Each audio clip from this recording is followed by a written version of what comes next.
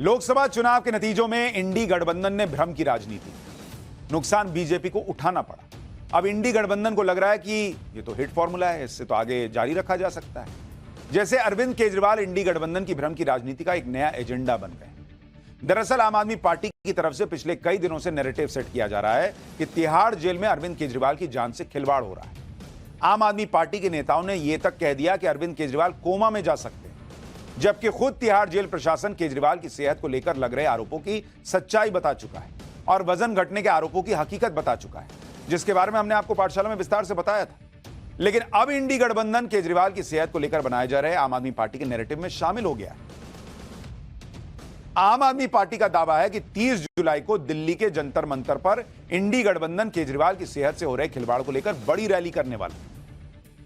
इंडी गठबंधन की इस रैली पर दिल्ली की मंत्री आतिशी को सुनिए, फिर आपको बताऊंगा बीजेपी ने इंडी गठबंधन के इस प्रोटेस्ट को लेकर क्या कहा। अरविंद केजरीवाल जी का शुगर लेवल 34 बार 50 तक पहुंच गया।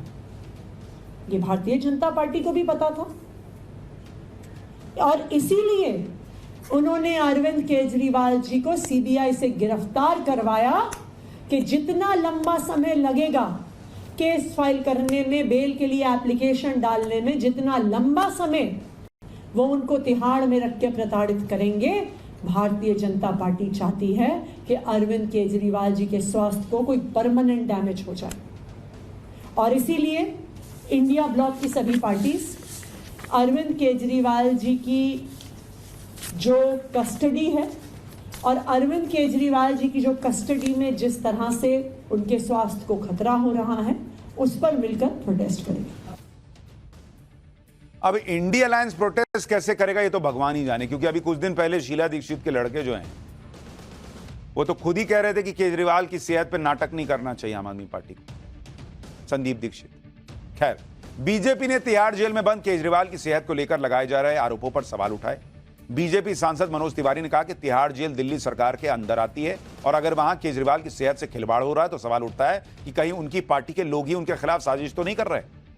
मनोज तिवारी को सुनिए, फिर आपको तिहाड़ जेल में बंद अरविंद केजरीवाल को लगे बड़े झटके के बारे में बताऊंगा। अरविंद केजरीवाल जी का स्वास्थ्य जिस जगह पे गिर रहा है वो भी जगह अरविंद केजरीवाल जी के शासन में, जिस जेल में वो बंद है अपने कर्मों से बंद है, मगर वो जेल का मंत्री कौन है?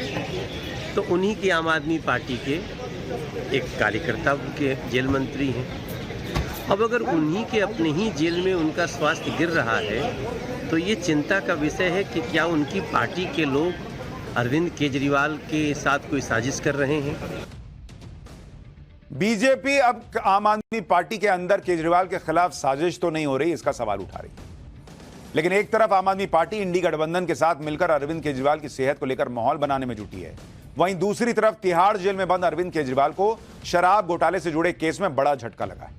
आज अरविंद केजरीवाल और मनीष सिसोदिया के अलावा बीआरएस नेता के कविता को वीडियो कॉन्फ्रेंसिंग के जरिए कोर्ट में पेश किया गया।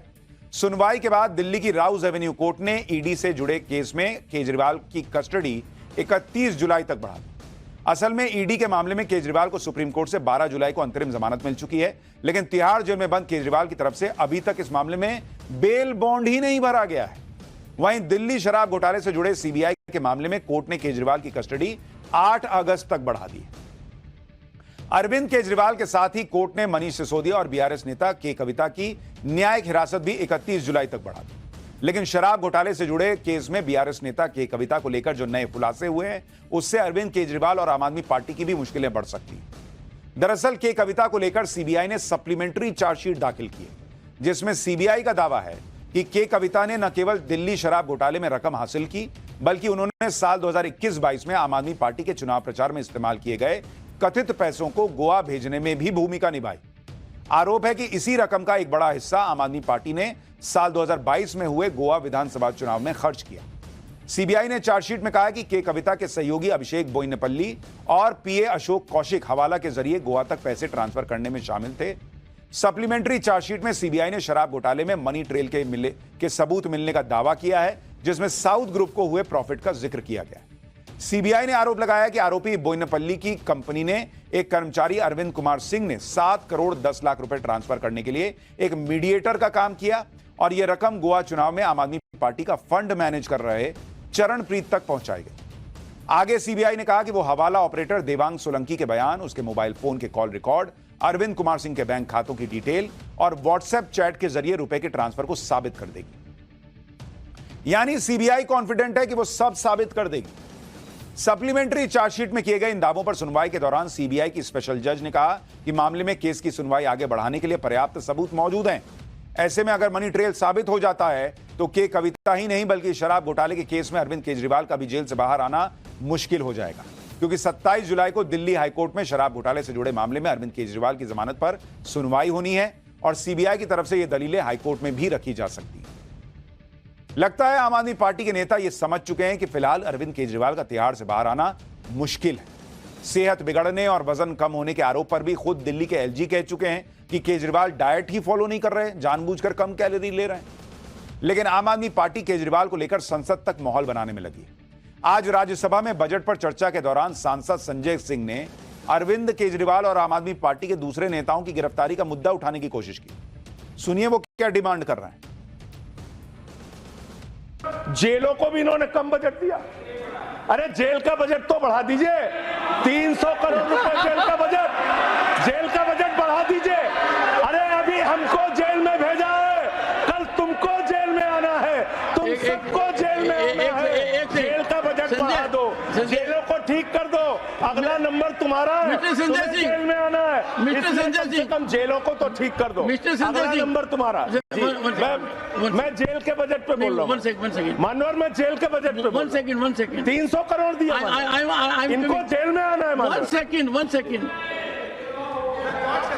सदन के नेताजी से मैं अनुरोध करूंगा कि ये बहुत मार्मिक अपील है जेल का बजट बढ़ाने के लिए, और इस पर आप गौर फरमाइए। धन्यवाद सर, धन्यवाद सर। ठीक है ना, धन्यवाद सर। एक पृष्ठभूमि भी है मान्यवर इसका ध्यान रखा जाएगा अध्यक्ष। तो आम आदमी पार्टी के सांसद कह रहे हैं कि जेल का बजट बढ़ाइए, जेल में और सुविधाएं दीजिए, बहुत लोग अभी जाने वाले हैं जेल। आम आदमी पार्टी भले ही अरविंद केजरीवाल और पार्टी के दूसरे नेताओं को जेल भेजे जाने के लिए सीधे सीधे पीएम मोदी को जिम्मेदार ठहराती है, लेकिन पीएम मोदी कई बार साफ कह चुके कि उनके तीसरे कार्यकाल में भी जांच एजेंसियों को करप्शन के खिलाफ कार्रवाई की खुली छूट मिली रहेगी। और आप खुद देखिए, अरविंद केजरीवाल के मामले में भी कानून के तहत एक्शन हो रहा है। जैसे कि आज दिल्ली हाईकोर्ट से अरविंद केजरीवाल को राहत मिली। हाईकोर्ट ने केजरीवाल की उस मांग को मान लिया कि जेल में उन्हें वकीलों के साथ 2 अतिरिक्त बैठकों की मंजूरी दी जाए।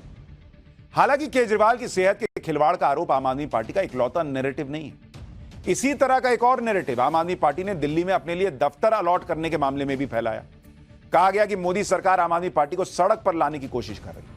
असल में सुप्रीम कोर्ट के आदेश के बाद आम आदमी पार्टी को 10 अगस्त तक अपने मौजूदा ऑफिस को खाली करना था, जो आईटीओ के पास राउज एवेन्यू में। आम आदमी पार्टी लगातार आरोप लगा रही थी कि मोदी सरकार उसे लुटियंस जोन से बाहर जमीन देना चाहती है, जबकि दूसरी नेशनल पार्टीज को लुटियंस दिल्ली में दफ्तर बनाने के लिए जमीन दी गई है। लेकिन लुटियंस दिल्ली मतलब दिल्ली का प्राइम इलाका, जो अंग्रेजों के जमाने से बहुत खास माना जाता है। लेकिन आज मोदी सरकार ने आम आदमी पार्टी के इस नैरेटिव की भी हवा निकाल दी। केंद्र सरकार ने आम आदमी पार्टी के ऑफिस के लिए बंगला अलॉट कर दिया, वो भी लुटियंस दिल्ली में। वहां केजरीवाल जेल में है, यहां मोदी सरकार ने गिफ्ट दे दिया कि लो लुटियंस दिल्ली में दफ्तर ले लो। और आम आदमी पार्टी के दफ्तर के लिए जो नया बंगला अलॉट किया गया वो मौजूदा दफ्तर से सिर्फ 4 किलोमीटर की दूरी पर है। आम आदमी पार्टी का नया दफ्तर इंडिया गेट के पास कॉपरनिकस मार्ग पर मौजूद रविशंकर शुक्ला लेन का बंगला नंबर 1 है। असल में इससे पहले इस बंगले में एनसीपी का ऑफिस था, लेकिन पिछले साल पार्टी में टूट होने के बाद यह दफ्तर खाली करवा लिया गया था। आम आदमी पार्टी को अलॉट किए गए नए बंगले से हमारे सहयोगी की एक रिपोर्ट देखिए, फिर बताऊंगा केंद्र सरकार के फैसले पर आम आदमी पार्टी क्या कह रही है। बंगला नंबर 1 रविशंकर शुक्ला लेन, अब ये होगा आम आदमी पार्टी का नया पता। और तस्वीरें आप देख रहे हैं इसी पते की, जिस पर थोड़े दिन बाद आम आदमी पार्टी का दफ्तर बन सकता है। उसकी वजह ये कि अभी तक आम आदमी पार्टी का जो दफ्तर था वो 206 राउज एवेन्यू में था। केंद्र सरकार की तरफ से अब ये घर, ये बंगला आम आदमी पार्टी के दफ्तर के तौर पर अलॉट किया गया है। लेकिन आम आदमी पार्टी यहां आएगी या नहीं, अभी ये साफ नहीं है। आम आदमी पार्टी की तरफ से कहा गया है कि वो पहले देखेंगे जाकर कि क्या उनकी पार्टी इस बंगले में शिफ्ट हो सकती है, कोई दिक्कत तो नहीं आएगी। उसकी वजह यह है कि इसमें 6 कमरे बने हुए हैं। अभी जहां आम आदमी पार्टी का दफ्तर है यानी कि 206 राउज एवेन्यू, वो जगह थोड़ी बड़ी है। अब संजय सिंह के लॉजिक से चलिए तो अगर सारे नेता जेल ही जाने वाले हैं तो बड़े दफ्तर का करेंगे क्या? खैर, आम आदमी पार्टी के नेता और दिल्ली सरकार में मंत्री सौरभ भारद्वाज इस मामले में अब भी राजनीति करने से नहीं छूटे। सौरभ भारद्वाज ने आरोप लगाया कि मोदी सरकार ने उनकी पार्टी को सड़क पर लाने के लिए कोई कसर नहीं छोड़ी और कोर्ट के दखल के बाद उन्हें दफ्तर के लिए जगह अलॉट हुई। सुनिए एक बार इनको भी। आज हम नेशनल पार्टी हैं, हम एक और दफ्तर के लिए क्वालिफाई करते हैं नेशनल पार्टी होने के नाते, वो भी नहीं दिया जा रहा था और कोशिश ये की जा रही थी कि आम आदमी पार्टी को उसके दफ्तर से निकाल के सड़क पे ला दिया जाए, पार्टी को कुचल के ख़त्म किया जाए। ये तो एक बहुत सामान्य शिष्टाचार है राजनीति के अंदर। इतनी शुचिता तो चाहिए थी कि आप एक पार्टी को उसका ऑफिस एलोकेट कर दें, उसके लिए भी अगर हमें कोर्ट जाना पड़ रहा है तो बहुत दुर्भाग्यपूर्ण है। तो सब कुछ इनके लिए दुर्भाग्यपूर्ण ही है, लेकिन दुर्भाग्यपूर्ण होते हुए भी लुटियंस दिल्ली में दफ्तर मिल रहा है, उसमें भी खुश नहीं है।